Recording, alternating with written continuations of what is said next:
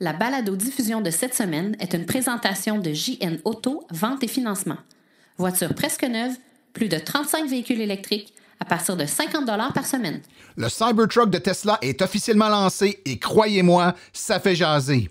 Un ferry électrique qui sauve 2000 tonnes de CO2 par an. Le camion tout électrique de GM serait disponible en 2021. Le grand coupé i3 de BMW aura probablement 600 km d'autonomie. Non, il n'y a pas de terre rare dans les batteries de voitures électriques. Nous allons bientôt revoir des Théo-taxis dans les rues de Montréal. Les animateurs de Imperturbables sont en studio pour parler de véhicules électriques et de paternité. Stéphane Levert nous parle du Cybertruck. Claude Gauthier nous fait sa chronique branchée. Tout ça et bien plus encore dans la 69e de Silence, on roule.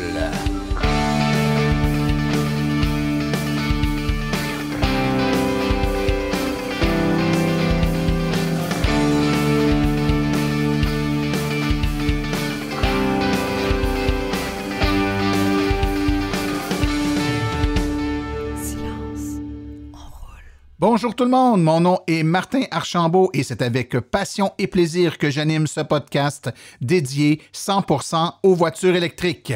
On a eu un magnifique 2 semaines et puis évidemment l'événement marquant qui s'est produit tout juste avant de publier le balado précédent, donc il y a 2 semaines, vendredi, quand on a diffusé le dernier balado, eh bien, venait juste d'avoir lieu le dévoilement du Cybertruck de Tesla.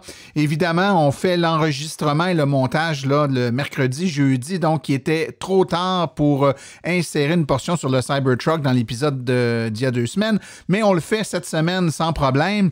Écoutez, vous dire que Tesla nous a surpris serait un euphémisme avec la sortie de ce camion qui se veut un objet, un véhicule pour les gens qui sont habitués de rouler avec des véhicules du type camion de travail, mais une version tout à fait revue au niveau du look. Ça ressemble à rien de ce que vous avez connu. C'est très polarisant. On aime ou on n'aime pas.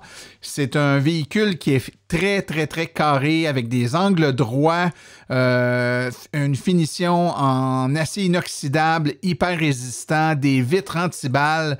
Un véhicule qui est plein de surprises, autant au niveau de son prix qui est ma foi, fort intéressant pour un véhicule avec toutes les options qui sont incluses dans ce dernier. On parle également d'un véhicule qui inclut des prises de courant 120 volts, 240 volts, un compresseur intégré là, qui récupère l'air du système de suspension à air pour en faire un compresseur utilisable en arrière, une rampe pour être capable de faire monter un petit véhicule, un petit 4 roues là, en arrière. Et évidemment, on en a profité pour montrer un petit véhicule sport Tesla qui entre, ma foi, à merveille dans la valise arrière du Cybertruck en question. Plusieurs moutures du camion avec des autonomies différentes, une version en 1, 2, 3 moteurs. Enfin, beaucoup d'informations disponibles sur le site de Tesla et on pouvait déjà commander le véhicule là, lors du lancement de ce dernier.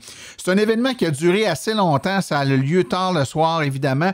Moi, ce que je vous propose, et j'espère que vous comprenez un peu l'anglais, mais on pourra en faire un retour tout de suite après, mais je vous propose à l'instant d'écouter un résumé, un condensé en quelques minutes de ce dévoilement qui était animé évidemment par Elon Musk du Cybertruck. Alors, on écoute ça tout de suite et on revient avec les commentaires tout de suite après. Welcome to the Cybertruck unveil.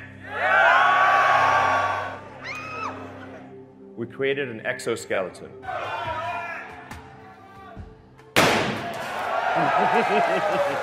Nice.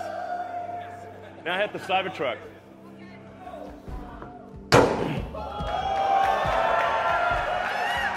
Now, what else can we do with this truck? Let's shoot it. That's a 9mm bullet shot at the door. So it's ultra hard, cold rolled stainless steel alloy that we've developed. We're going to be using the same alloy in the Starship rocket and in the Cybertruck.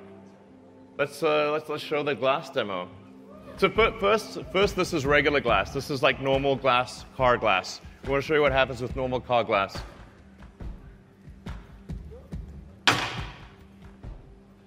Now I'll show you Tesla Armor Glass. Yeah. Yeah, so still down there, I guess. Franz, could you try to break this glass, please?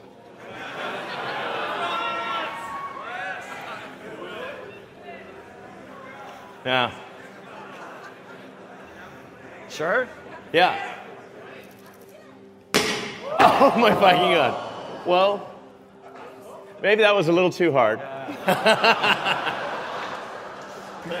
Should we try on the beer? Sorry? Okay. It didn't go through. That's a plus side. Let's try the Okay. beer. Try that one, really? Okay. Yeah. Sure. Oh, man. It didn't go through. All right. Not bad. Room for improvement. In addition, the car has an adaptive air suspension. The rear is 100 cubic feet, 6.5 foot length, bed length, up to 3,500 pounds of payload. So let's see, on-road the performance.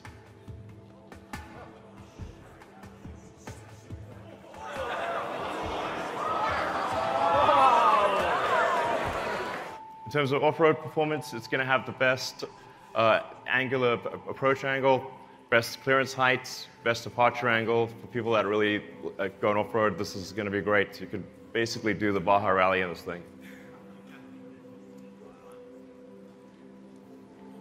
We have 3 ranges.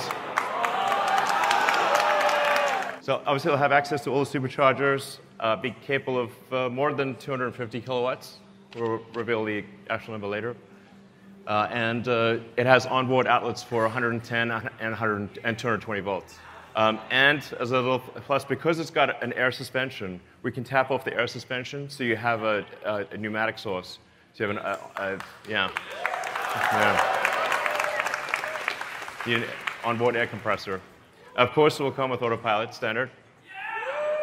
Yeah. But it's gonna. So that's the price without any incentives. That's just like the price without any incentives. Yeah. So you can order now if you would like. All right. Thank you. Oh wait. We have.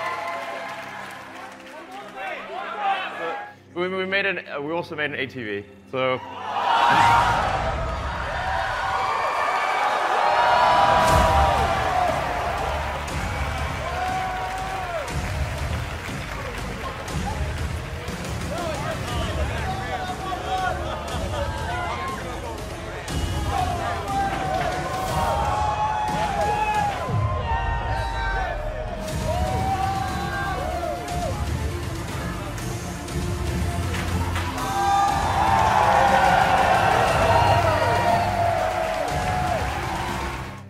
So the adaptive air suspension, you can drop real low, and you go high on the other side. We call this load mode.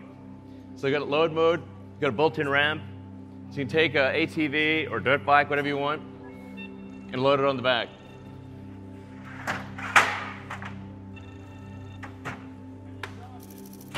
Yes. Oh,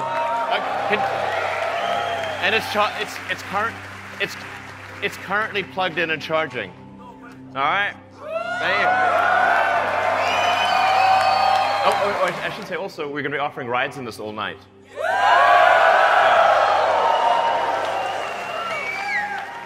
Yeah, don't mind the glass. Alors voilà un court résumé, mais qui en dit quand même long sur cette expérience. Faut le voir, hein, là on est, c'est du podcast, c'est de la radio, on peut pas voir le camion, mais faut le voir. Écoutez, beaucoup de choses à dire là-dessus. Premièrement, vous dire tout simplement que dans le déroulement de ce qu'on a entendu, là, pour les gens qui comprennent pas très bien l'anglais, on présente le véhicule qui est fait donc d'acier inoxydable, Antiballe, finalement, hein, il y a des coups de feu de 9 mm qui ont été tirés sur le véhicule et puis on voit même pas où les balles ont frappé le véhicule. C'est des vitres également antiballes, des vitres armées, là, armor glass. On les voit donc faire tomber là, une boule, genre boule de pétanque, là, très pesante sur une vitre de véhicule normal. On la voit craquer. Ensuite, ils font la même chose sur la vitre sur une vitre de Cybertruck qui est placée là, couchée. Et puis, la boule rebondit dessus comme si c'était du plastique là, rebondissant, très impressionnant. Par contre, tout de suite après, on fait le test de lancer la boule de pétanque sur la vitre qui est sur le véhicule qui est en démonstration sur scène. Et là, malheureusement, la vitre éclate. Alors, Elon Musk le rit un peu en disant que le prototype est peut-être pas parfait. Évidemment, on peut s'attendre à ce que ce genre de problématique soit réglé dans les versions finales qui vont être livrées. C'est un véhicule qui est à suspension à air ajustable, évidemment. Le coffre arrière 100 pieds cubes d'espace qu'on peut verrouiller, 16,5 pieds de longueur. Là, je donne les chiffres qui ont été donnés. Évidemment, c'est aux États-Unis, donc c'est des mesures impériales, vous comprendrez. Le véhicule fait 0,60 000 à l'heure, donc à peu près 0,5 km/h en 2,9 secondes dans sa version la plus rapide. Je ne sais pas si vous avez une idée de ce que ça représente, là, un camion utilitaire comme celui-là qui roule avec une accélération de la sorte. C'est hors du commun. En fait, on s'est plus à expliquer pendant la démonstration que c'était beaucoup plus fort qu'un F-150 et plus rapide qu'une Porsche. Donc, ça vous donne une idée. Il va y avoir comme 3 moutures du véhicule et c'est important de le comprendre. Et là, c'est les prix américains. Le plus petit modèle à 39 900 $ américains avant les incitatifs, qui aura 250 000 d'autonomie. Donc, évidemment, il faut convertir en kilomètres. Là, 250 000 d'autonomie avec un moteur et une charge que l'on peut tirer, là, une puissance de remorquage de 7500 livres. Pardon. Il y aura la version intermédiaire à 49 900 US qui, elle, aura 300 000 d'autonomie avec 2 moteurs. Évidemment, c'est tous des moteurs, là, c'est all-wheel drive, hein, donc c'est traction aux 4 roues. Et celui-là aura 10 000 livres de force de remorquage. Et finalement, le gros modèle a 3 moteurs, traction aux 4 roues, à 69 900 $ américains, 500 000 d'autonomie et 14 000 livres de force, là, de poids que l'on peut remorquer avec le véhicule. C'est tout à fait ahurissant. Donc, si vous êtes de ceux qui pouvaient passer par-dessus le choc du look du véhicule, certains disent s'y faire après un peu de temps. Évidemment, Tesla nous a toujours amenés ailleurs et cette fois-là, ils nous ont vraiment amenés ailleurs. Le véhicule est déjà disponible pour réservation. Vous pouvez aller en ligne et pour un montant assez modeste, finalement, quelques centaines de dollars, vous pouvez réserver votre véhicule et être dans les premiers qui auront cette fabuleuse machine de guerre lorsqu'elle sera disponible un peu plus tard, là, probablement en 2021. Alors voilà, maintenant, je vous rappelle que notre podcast est disponible partout sur iTunes, Google, Balado. On est également disponible sur TuneIn, sur Spotify. Parlez-en tout le monde et faites la promotion du balado. Évidemment, on fait ça pour renseigner le plus de gens possible sur les véhicules électriques. Et puis maintenant, il faut parler de notre concours macapuche.com. Donc, notre grand gagnant de la capuche est nul autre que Jordan Boisvert de la région de Granby qui s'est mérité une magnifique capuche qui lui a été expédiée. Au moment où on se parle, il l'a probablement déjà reçue. Et je vous rappelle qu'on aura une autre capuche à faire tirer. Je vais vous en parler dans le prochain épisode. Donc, le dernier, là, on est l'avant-dernier épisode avant Noël. Il y aura un prochain épisode dans 2 semaines qui sera notre récapitulatif du temps des fêtes. Vous savez qu'on fait toujours le dernier épisode avant Noël, un épisode où on va tracer à l'aide de plusieurs invités en studio, on va faire le bilan de l'année 2019, quels sont les 10 éléments ou les 10 événements qui ont retenu l'attention à travers le monde, dans le monde des véhicules électriques, donc pour 2019. Et c'est dans cet épisode spécial qu'on va vous donner le mot de passe pour pouvoir gagner un autre capuche, gracieuseté de macapuche.com. Alors maintenant, sans plus tarder, allons tout de suite écouter les actualités dans le monde des véhicules électriques.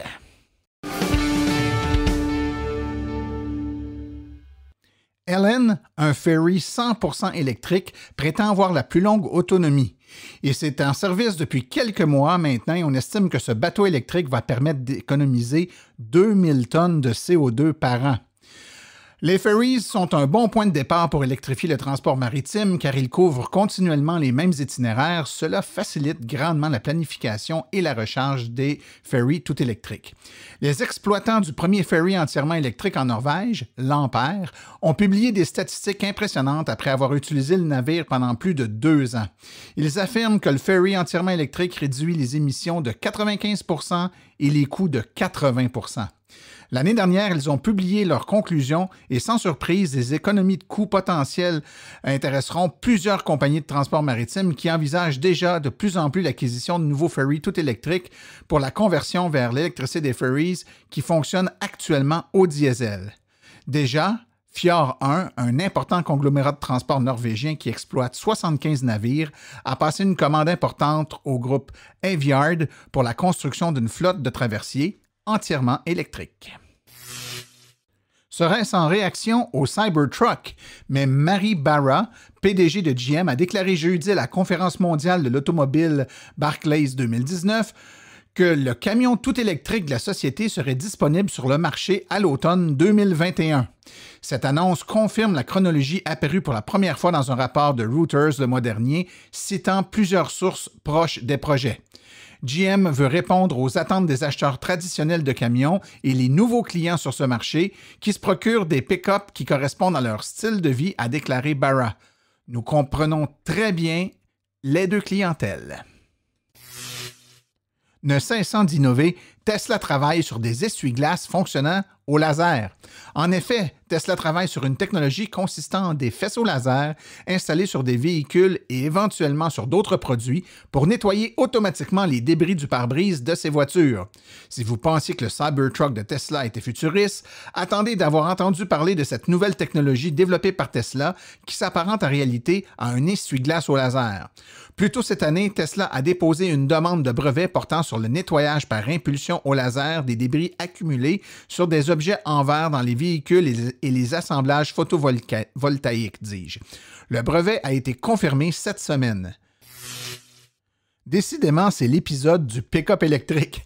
Lorsque Ford a établi pour la première fois son partenariat stratégique avec Rivian en avril dernier, spécifiant que Ford construirait un nouveau véhicule électrique utilisant la plateforme de planche à roulettes de Rivian, il était largement prévu qu'un produit haut de gamme soit proposé par la marque de luxe Lincoln de Ford. Selon l'agence Reuters et plusieurs personnes familières avec le programme, nous avons la confirmation que le véhicule sera bientôt sur le marché. Selon les sources, le VUS 100% électrique serait disponible sur le marché en 2022 et serait l'un des résultats de l'investissement et du partenariat entre Ford et Rivian, un nouveau venu dans la région de Détroit. Ford a déjà annoncé que Lincoln offrirait un véhicule entièrement électrique basé sur la nouvelle Mustang Mach-E 2021, avec la Mach-E dans la catégorie des véhicules de taille moyenne dont le prix pourrait se situer en dessous de 50 000 US, une version de base de la Lincoln pourrait se situer plutôt aux alentours de 60 000 US. Ceci permettrait au nouveau modèle basé sur la Rivian, un peu plus gros, un VUS un peu plus gros et qui répondrait aux normes des pick-up plus traditionnels. Il pourrait être offert à un prix plus élevé, car Rivian confirme que les VUS R1S sur lesquels sera basé le VUS de Lincoln sera offert à un prix de base d'environ 72 500 $ américains avant le crédit d'impôt fédéral potentiel de 7 500 $ aux États-Unis. Ne voulant pas que Ford attire tous les projecteurs avec sa nouvelle Mustang Mach-E, BMW a enfin confirmé certains détails concernant son prochain i4 à 4 portes électriques.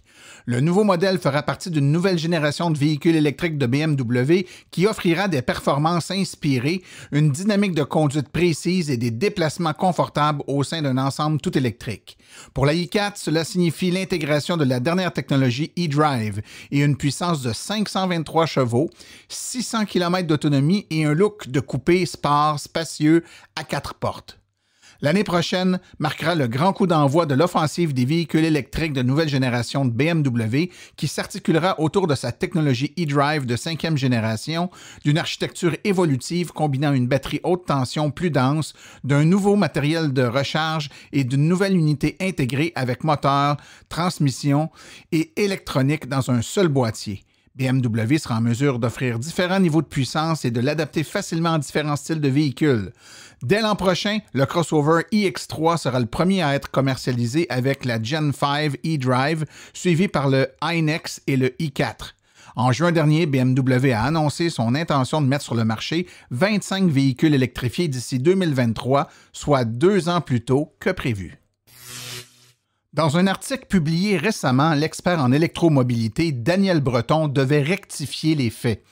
Des terres rares et les véhicules électriques, c'est pas toujours l'information qui est véhiculée. Car un certain journaliste, entre autres Guillaume Pitron, a écrit un livre intitulé « La guerre des métaux rares » dans lequel il affirme qu'il y a effectivement des terres rares dans les batteries des véhicules électriques. Or, c'est faux.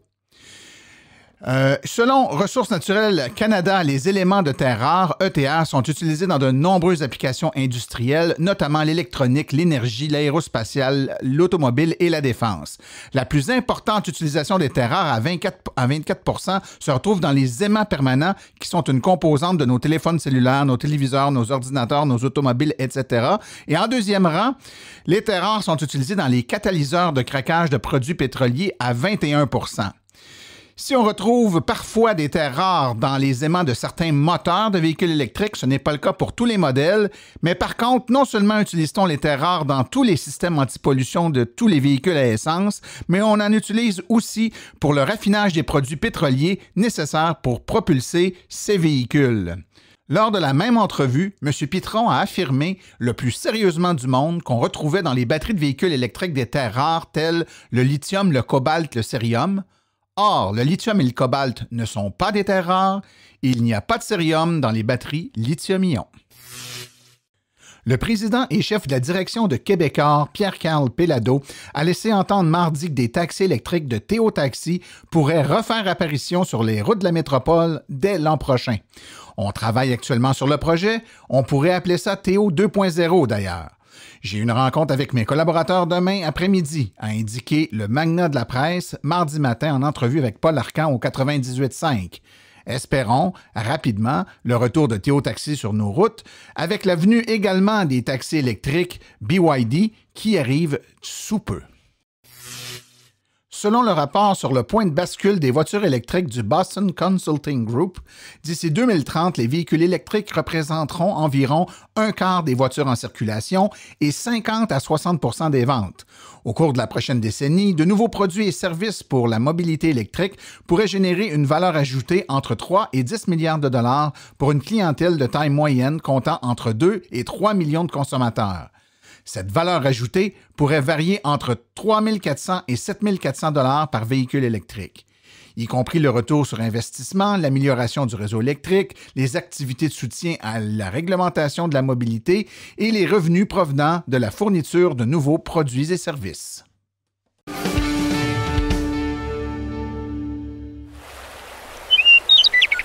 Roulez vert avec Stéphane Levert. Bonjour et bienvenue à ma 10e chronique. Je voudrais, juste avant d'attaquer mon dernier sujet de 2019, je voudrais prendre une minute pour saluer Daniel Jasmin, qui est chroniqueur web sur le site roulerélectrique.com. J'ai contacté Daniel pour qu'il puisse me donner un coup de main pour un sujet d'une future chronique que j'ai pensé vous faire prochainement, début 2020, j'espère. Il a accepté de m'aider. Fait que, en échange, il m'a demandé une faveur d'échanger ma Leaf contre sa Spark pour 24 heures pour qu'il puisse avoir la chance de faire un essai pour une de ses prochaines chroniques qu'il a faites d'ailleurs. J'ai bien évidemment accepté de l'aider et j'ai trouvé cette expérience d'échange-là super enrichissante. On a pu discuter de différents sujets lorsqu'il est venu là, pour prendre et remettre la voiture. Donc j'ai beaucoup aimé là, rencontrer Daniel. Daniel qui est d'ailleurs un fidèle auditeur du podcast. Donc Daniel, considère-toi salué. Donc, cette semaine, le sujet de ma chronique, ça a été dicté par l'actualité. Si jamais vous avez été dans une caverne cachée depuis 2 semaines, vous avez manqué le dévoilement du Tesla Cybertruck. Donc, la chronique s'adresse à tout le reste de la population qui l'avait vu. On ne peut pas parler du Cybertruck sans commencer par son atout principal, le design. Elon a beau nous avoir prévenu que le design, ce ne serait pas pour tout le monde, que ça n'aurait pas le look classique des pick-up sur le marché depuis toutes les décennies passées. J'ai eu la même réaction que la forte majorité des gens. J'ai dû raccrocher ma mâchoire qui avait tombé sur mon clavier. Donc, sous le choc, vous dites, et comme la majeure partie des gens qui assistaient live au dévoilement, même si la forte majorité des gens étaient composés de fans finis de Tesla. Ça a vraiment fait boom, big time. Ça m'a pris un bon 48 heures pour décanter puis commencer à apprécier le look. C'est sûr que c'est la forme triangulaire du toit, ça me fait même encore un peu douter. Bon, mettons qu'on prend le look puis on le met de côté puis on se dit que s'inspirer de Blade Runner, c'est une bonne idée. Bon. On a ensuite appris qu'il n'y a pas de châssis là, sous la carrosserie. Là. C'est plutôt une carrosserie complètement faite d'acier inoxydable qui est comme un exosquelette ultra résistant. Bon, on a même eu droit à la fameuse démonstration à coup de masse sur la portière qui était complètement impossible à déformer. Bon, là, c'est bien beau de ne pas déformer une porte avec une masse, mais je serais quand même curieux de voir comment ils vont faire passer tout ça, là, les tests d'impact là, pour faire approuver le véhicule sur nos routes. Les véhicules actuellement qui circulent, il faut qu'il y ait un minimum de déformation là, lorsqu'il y a des impacts là, pour faire passer au moins le minimum là, de la sécurité pour que tous les occupants du véhicule et ceux des autres véhicules soient en sécurité. On ne peut pas avoir un tank qui littéralement démolit les autres véhicules sur la route, là. Et on peut même penser aux piétons et aux cyclistes. Là. Leur sécurité doivent être assurées. Là. 2 autres petits éléments de sécurité qui étaient absents lors du dévoilement, c'est les essuie-glaces et les miroirs latéraux. Là. Actuellement, la loi en Amérique du Nord oblige les fabricants de véhicules à posséder au moins les miroirs latéraux. Là. C'est pas exactement la même chose en Europe. Par contre, eux autres, ils permettent là, les systèmes de caméras qui sont permis. Mais est-ce que ça va avoir changé en Amérique du Nord d'ici 2022? Ça reste à voir. Là. Il y a les côtés de la boîte en angle plongeant qui suscitent aussi des questions. Comment ceux qui utilisent leur camion sur des chantiers vont aimer ça? On voit ça souvent des gens qui prennent ou déposent des objets dans la boîte depuis le côté du camion. Est-ce qu'on va pouvoir, par exemple, aussi installer des racks au niveau de la boîte pour pouvoir y installer, par exemple, des échelles? Depuis plusieurs années, on voit des marchepieds à même les pare-chocs des camions. Ça, le Cybertruck semble en avoir parce que le pare-choc semble dépasser en arrière du camion jusqu'aux ailes des roues arrière. Alors ça, c'est bien. À voir lorsqu'on va arriver avec des bottes à cap d'acier bien sales si ça va être fait tough. Côté pratique, il y a aussi la présence des prises 120, même 240 volts. Il y a un compresseur à air intégré pour les outils. Il y a par contre le couvercle rétractable électriquement qui devra passer le test de notre merveilleux climat nordique. Là. Élément que j'ai peu entendu parler par contre encore, c'est vraiment de l'intérieur. Bon, le toit vitré et le gros écran, ça c'est très beau. Les sièges, ils semblent d'une taille et d'un confort assez convenable aussi. Mais il y a l'intérieur du style épuré puis le volant type style de course. Là. Je suis pas certain que ça se prête super bien à un camion. Là. J'ai pas vu une tonne d'espace de rangement non plus à date. Là. Pensez au travailleur qui va vouloir déposer ses outils, là, son casque, ses gants, son pad de feuilles là, ou ses plans. Là. Un camion pour travailler, un vrai. Là, espérons là, qu'ils vont en ajouter un petit peu là, d'espace de rangement pratique là, pour ce type de clientèle-là là, qui recherche un côté pratique là, à l'intérieur de l'habitacle du camion. Là. Le gros wow là, pour moi, c'est vraiment venu lorsqu'ils ont dévoilé les spécifications.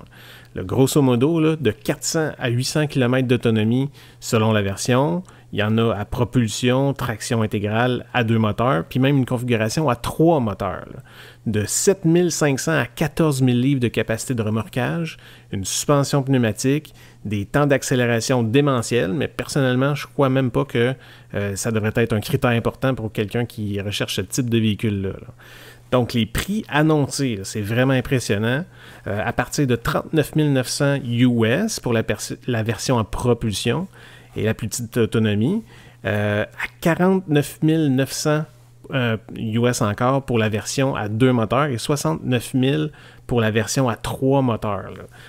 C'est ici que Tesla croit avoir atteint la cible en plein dans le mille, selon moi, là. Pensez-y, là, actuellement, un camion de type 1500, là, de cette gamme-là, de ce niveau-là, à essence ou diesel de nos jours, c'est à ce prix-là qu'ils les vendent, là.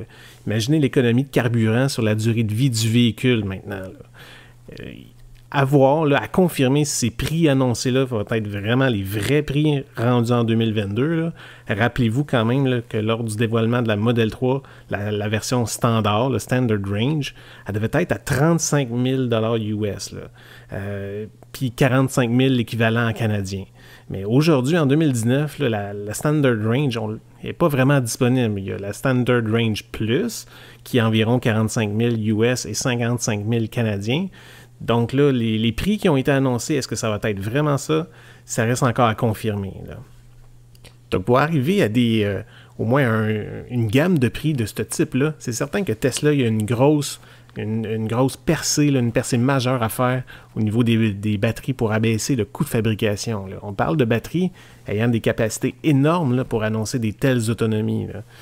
N'oubliez pas que Tesla est en processus de sortie des subventions fédérales aux États-Unis, là. À partir de janvier prochain, là, ils n'auront plus droit, là. Donc, toutes les Tesla vendues aux États-Unis n'auront même plus droit à aucune subvention fédérale. Ils devront nécessairement baisser le prix de toute la flotte s'ils veulent garder un volume de vente suffisant, là. Ils ont beau en vendre beaucoup ici au Québec, et pour nous, ça va peut-être pas changer grand-chose, mais on ne représente pas grand-chose versus le marché américain, là. J'ai hâte de voir aussi si cette annonce va faire réagir Rivian, là, qui ont annoncé des prix beaucoup plus élevés pour des spécifications de plus basses sur beaucoup de points de comparaison là, avec le Cybertruck là, qui a été dévoilé. Tesla a annoncé avoir reçu plus de 250 000 réservations depuis le dévoilement le 21 novembre. Combien vont se convertir en commandes lorsque le moment va être venu? Je suis curieux de voir ça, là. J'espère uniquement que ça ne sera pas juste parce que ce sera cool d'avoir un Cybertruck et que les gens vont vouloir en commander, là. Bref, il y a tellement de temps entre aujourd'hui et les premières livraisons que Tesla peut modifier un paquet de choses là, et changer complètement leur approche sur tellement d'aspects. Je suis certain qu'on n'a pas fini d'en parler. Puis ça, je pense pas que ça déplaise beaucoup à Elon Musk, là, il va pas s'en plaindre du tout, là, selon moi. Donc, c'était ma dernière chronique de 2019. J'espère que vous avez vraiment apprécié. Et d'ici 2020, c'était Stéphane Levert qui vous souhaite bonne route!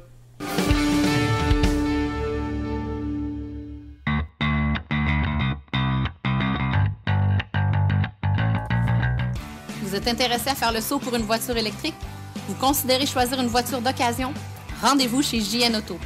Avec plus de 35 modèles presque neufs en stock, c'est définitivement le chef de file lorsque vient le temps de vous procurer un véhicule électrique. En plus des prix déjà très compétitifs, JN Auto offre un rabais exclusif aux membres hors de l'Association des véhicules électriques du Québec.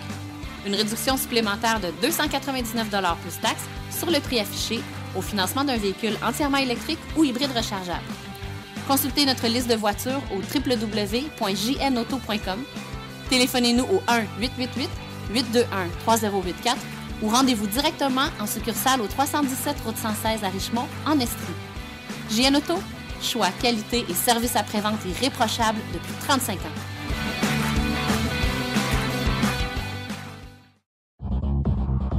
Bonjour, ici Jean Garnier-Pi de l'Association des véhicules électriques du Québec. Vous écoutez Silence on roule avec Martin Archambault.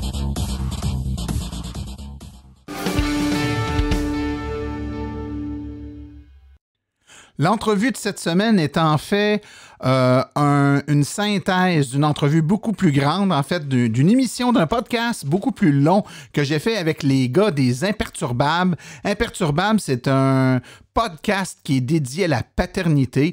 C'est deux gars fort sympathiques que j'ai rencontrés et avec qui j'ai échangé. Vous allez voir. Moi, j'écoute ce podcast-là depuis un bout de temps. Je trouvais les gars pas mal rigolos.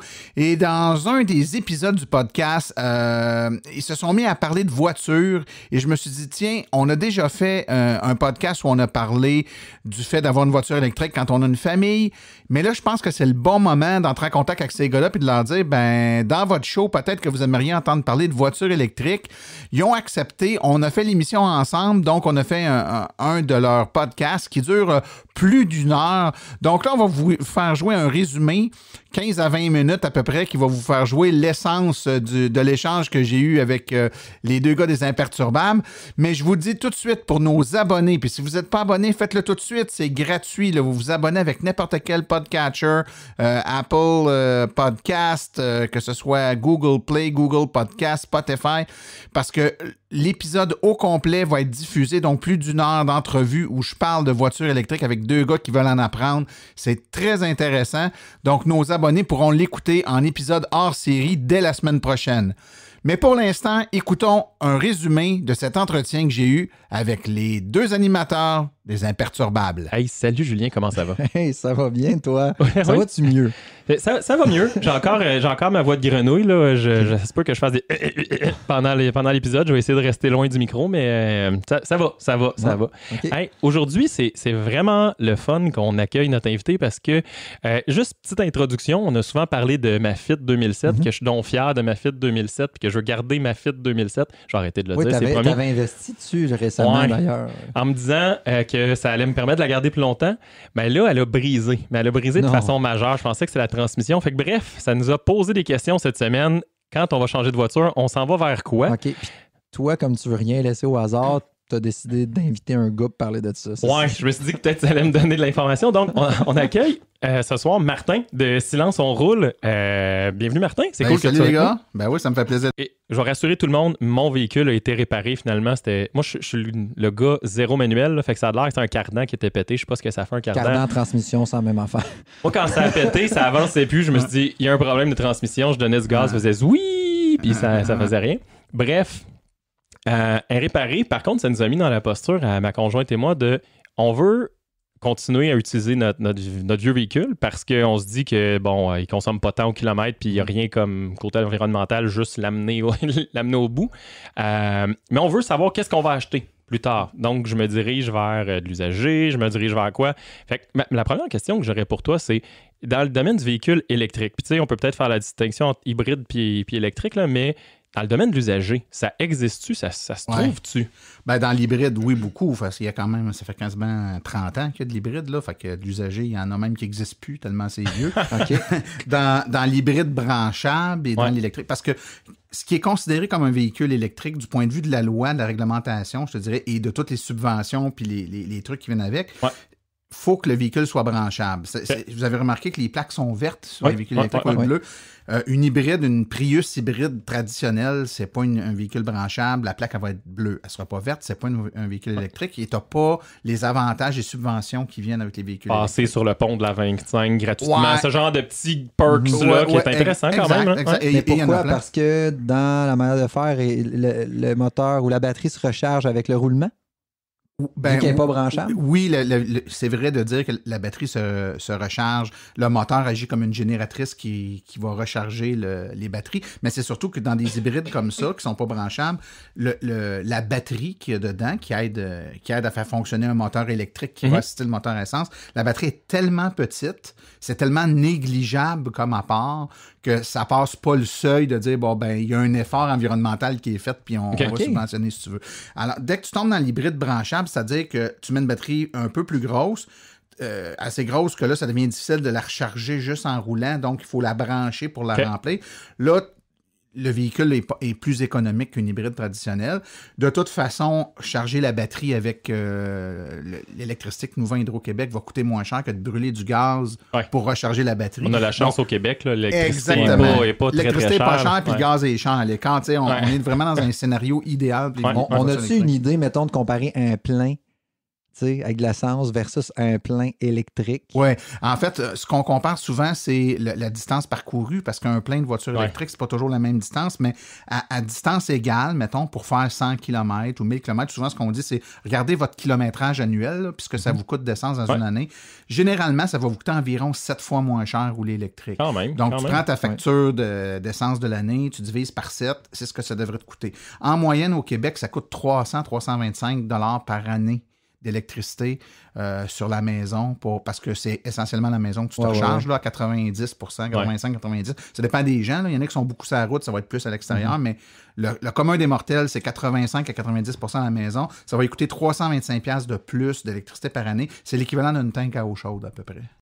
Il faut savoir que dans les véhicules électriques, là, le nerf de la guerre, je pense que vous le savez, c'est la batterie. C'est-à-dire que le moteur, c'est pas vraiment un enjeu. Un moteur électrique, tout le monde sait que c'est efficace, c'est fiable, puis ça dure pour tout le temps. C'est comme ton téléphone, là. Il arrive en fin de vie parce que la pile, elle dure plus la journée au complet. C'est ça. C'est pas le cas pour la voiture, mais c'est ton kilométrage qui réduit. La voiture, ce qui arrive, c'est que les batteries faites pour des voitures, ça fait quand même pas 50 ans qu'on en produit. Là, je parle pas d'une batterie pour démarrer une auto à essence. Je parle d'une batterie lithium-ion, par exemple, pour faire rouler une voiture sur 250 ou 350 km.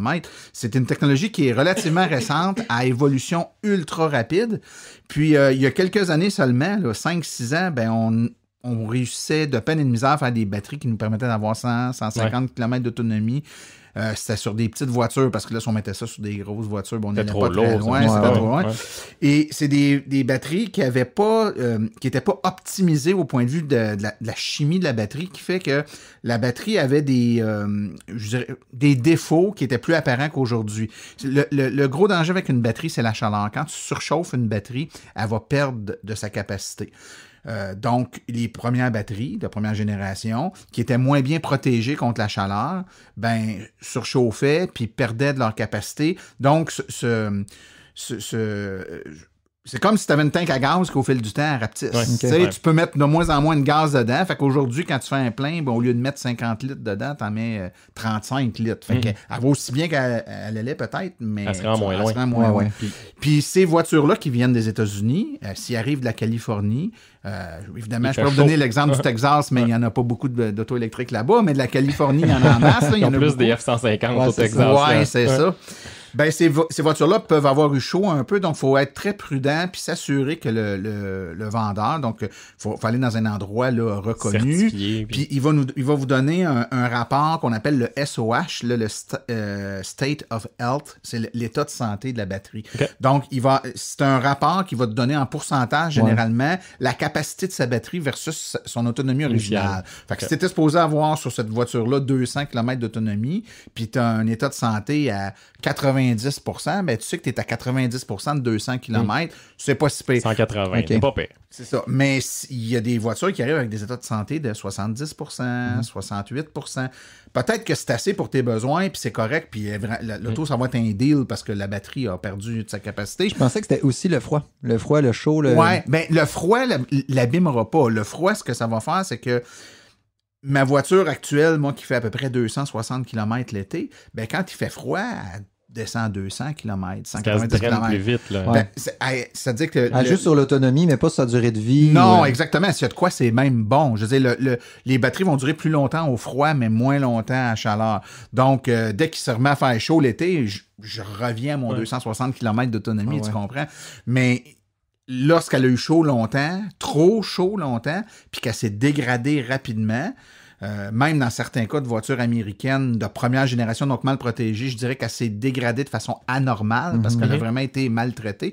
Là, c'est avec ça que tu ne vas pas te ramasser comme auto usagé. Fait qu'il faut vraiment que tu fasses, que tu vérifies. Tester via le State of Health. Exact. Donc, plus elle est récente dans le temps, là, on est en 2019. Si tu prends une 2011, ça commence à être vieux un peu. Si tu prends une 2013, 14, 15, puis que l'état de santé de la batterie est bonne, tu fais probablement un bon deal.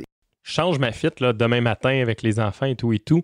En termes d'utilisation au quotidien, puis c'est sûr que ça dépend toujours qu'est-ce que tu fais. Fais-tu beaucoup de routes, etc. Là, mais tu sais, tout à l'heure, on est rentré dans ton entrée. Tu as un véhicule électrique, un véhicule à gaz. Qu'est-ce qui détermine laquelle des deux tu vas utiliser? Pourquoi tu as besoin du véhicule à essence encore? Je te dirais, l'oubli le plus...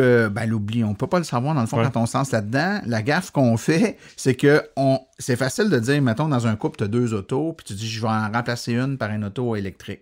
C'est clair que tu sais que tu vas économiser avec l'auto électrique en gaz parce que tu n'en mettras plus de gaz dans l'auto électrique. Ce que tu négliges tout le temps, puis que tu constates presque à tous les coups, c'est que tu vas aussi économiser sur l'autre auto que tu n'as pas changé parce que tu n'apprends plus. Ouais, c'est ça. Fait que nous autres, ce que ça a fait, puis c'est pas des blagues, là, l'autre voiture qui est une camionnette, parce que bon, on a 3 enfants puis tout ça, ben notre facture, à l'époque, c'était pas celle-là, là, parce que moi, ça fait 8 ans que j'ai une auto électrique, mais quand j'ai changé mon auto pour une auto électrique, l'autre auto qui était aussi une camionnette, mais pas celle-là, la facture d'essence a baissé de 40% l'année qui a suivi. Donc, on a dépensé 40% moins d'essence sur l'auto qu'on a gardée parce qu'on n'apprenait plus. Fait que le samedi, quand tu vas au restaurant, tu y vas avec le véhicule électrique. Pourquoi je brûlerais du gaz? Exact. Fait que là, mettons, je décide de m'acheter whatever, la Ioniq ou la Bolt, ou peu importe. Mais là, il y a le modèle 2020 qui s'en vient, puis là, il y a le modèle 2021, puis là, je vais attendre parce que peut-être que le modèle 2021 va faire, n'importe quoi, 30 km de plus d'autonomie. Ou je sais ça se peut. Parce que, justement, la pile au graphite, truc va sortir. Limite, là, mais tu sais, je veux dire, la technologie est en mode, elle explose en ce moment sur cet aspect-là. Fait qu'à chaque année, il y a souvent des pas de géants. Ouais, t'as raison. Comment tu fais pour... branche-toi, bodé. Vas-y, là, saute dans la parade. C'est le même défi il y a quelques années quand on s'achetait un ordinateur. On disait, je l'achèterais pas. Ça le Pentium, truc va sortir. Exactement. Mais à un moment donné, tu te dis, ça fait 2 ans que je dis ça, puis là, je suis rendu avec un affaire qui avance plus. Puis, dans le cas de l'auto électrique, souvent, ce qu'on fait là, dans des événements, on a toujours une couple de maniaques de chiffres là, qui arrivent, on a des chiffriers, puis on a des tableaux sur notre site web, vous pouvez y aller, là, des comparateurs, tu dis ce que tu as comme auto, le prix que ça vaut, les paiements, puis ça compare. Si au lieu de prendre ça, je prenais cette voiture-là qui est électrique à la place, ça me coûterait-tu plus cher, moins cher, sur 3 ans, 5 ans, 7 ans? Souvent, ce qu'on se rend compte, là, c'est que d'attendre, mettons, 3 ans pour avoir un modèle plus performant, on est capable de te dire, voici ce que ça va te coûter d'attendre 3 ans, parce que ça va te coûter de quoi? Ça va coûter, mettons, 3 fois 2000$ de plus. Des features plus chers, puis ça attendait 3 ans. On en convient. Mais le fait d'attendre 3 ans, c'est des économies d'essence que tu ne fais pas pendant 3 ans. Mettons qu'on te donne le chiffre. On ne pense pas le voir à l'inverse comme ça. Non, parce qu'on pense pas que c'est ça, parce qu'on part avec le principe qu'une auto électrique, c'est plus cher, parce qu'on regarde juste le prix de l'auto, on ne regarde pas les économies d'essence. Donne le goût, hein? Quelle couleur tu vas prendre ta Tesla? Pour vrai, quand, tu sais, c'est un peu un running gag, au moment où Elon Musk, propriétaire, en tout cas, actionnaire majoritaire et propriétaire, ont lancé le modèle 3, je travaillais dans le domaine de la pub à ce moment-là. Puis on avait des grosses difficultés à envoyer des courriels massifs. Je n'aurai pas trop de détails, mais ça peut être compliqué d'envoyer des courriels au Québec actuellement. Peu importe pourquoi. Puis dans la même semaine, Elon Musk a, à travers SpaceX, envoyé une fusée, la première fusée, puis qui a fait atterrir au milieu du Pacifique la fusée réutilisable, puis fait son speech pour la Model 3, puis qui a vendu 100 millions ou je ne sais plus combien de...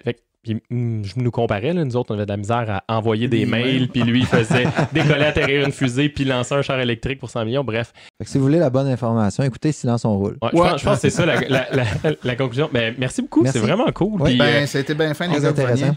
On était dans ton studio aujourd'hui, puis on est tous un peu jaloux là, que tu as une pièce dédiée à ça. Là.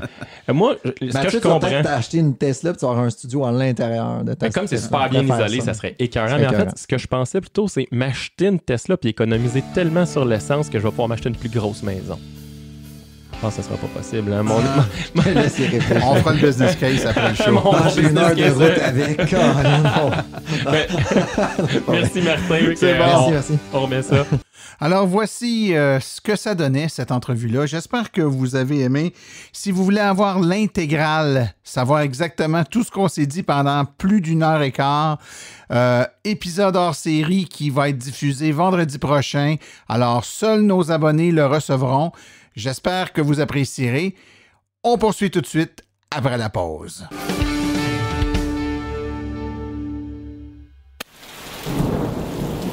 quand vous rechargez votre véhicule. Protégez votre prise contre les intempéries comme la pluie et la neige. C'est imperméable, très résistant, facile à installer et à enlever. N'endommage pas votre voiture puisque c'est un système sans aimant, même avec antivol pour certains modèles.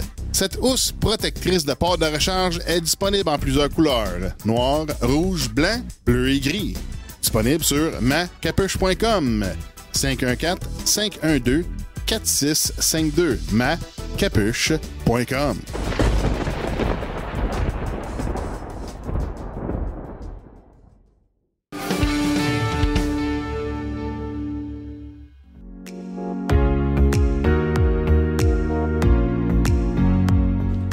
Les réflexions branchées de Claude Gauthier.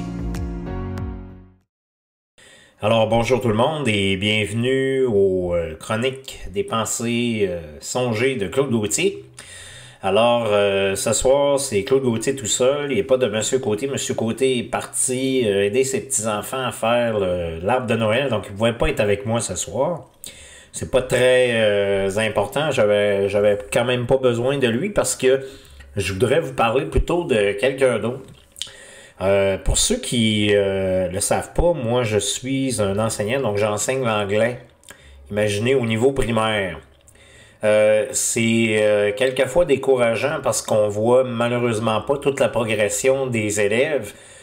On les démarre, puis rendu en 6e année, dépendamment du niveau qu'ils ont atteint. Des fois c'est un peu mieux, des fois c'est pas très facile.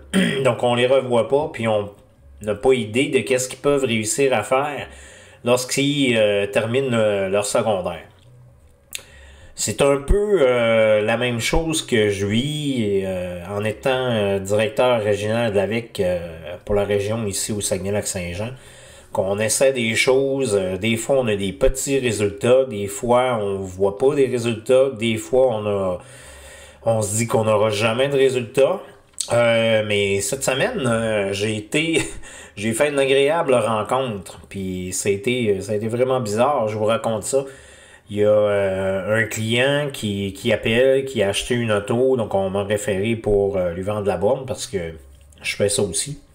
Donc la personne m'appelle, me demande un peu de renseignements, puis ça arrive que il achète la borne, puis puisqu'il est quand même pas très loin de chez moi, je lui dis que je vais aller lui livrer dans l'heure. Donc je pars, je vais lui livrer la borne, et là quand j'arrive là, lui me connaît, et moi je m'en rappelais pas, là, mais on s'était déjà vu avant. Puis il commence à me poser des questions, comment ça se fait que je fais ça, puis tout ça. Puis je dois vous avouer que c'est quand même un monsieur d'un certain âge qui a travaillé avec mon père. Mon père, s'il n'était pas décédé, il aurait maintenant 75 ans, donc quand même un âge avancé. Le monsieur venait de s'acheter une auto électrique.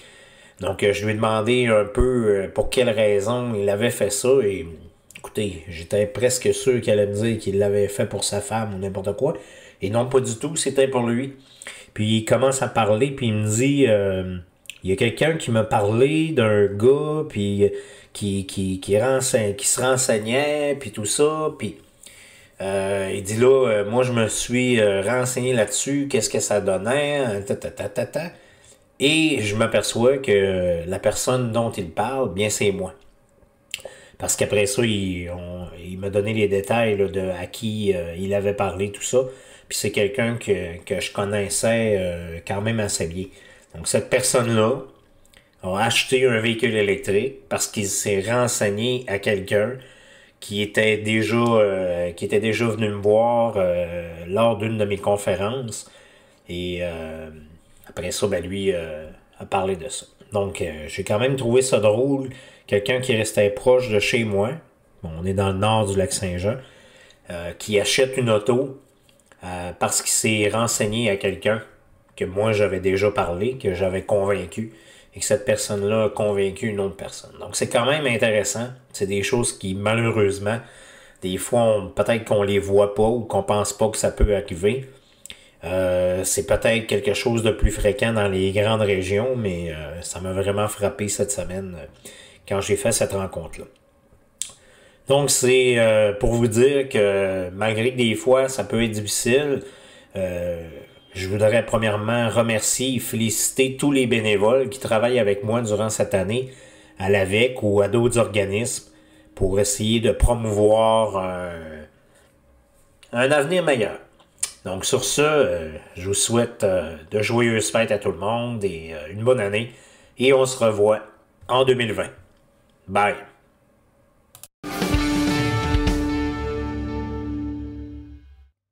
La saison des événements est passablement sur sa fin. Par contre, on a beaucoup de conférences qui s'en viennent. Je vous les donne en vrac. Le 17 décembre à 19h30 chez Grenier Automobile, c'est au 1325 Carré Masson à Terrebonne.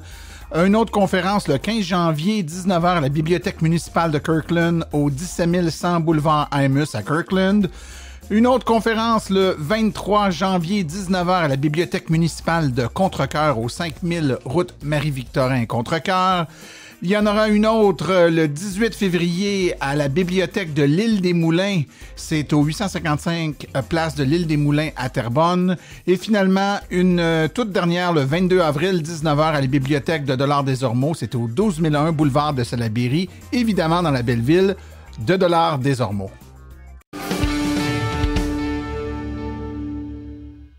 Ceci complète la présente balado-diffusion.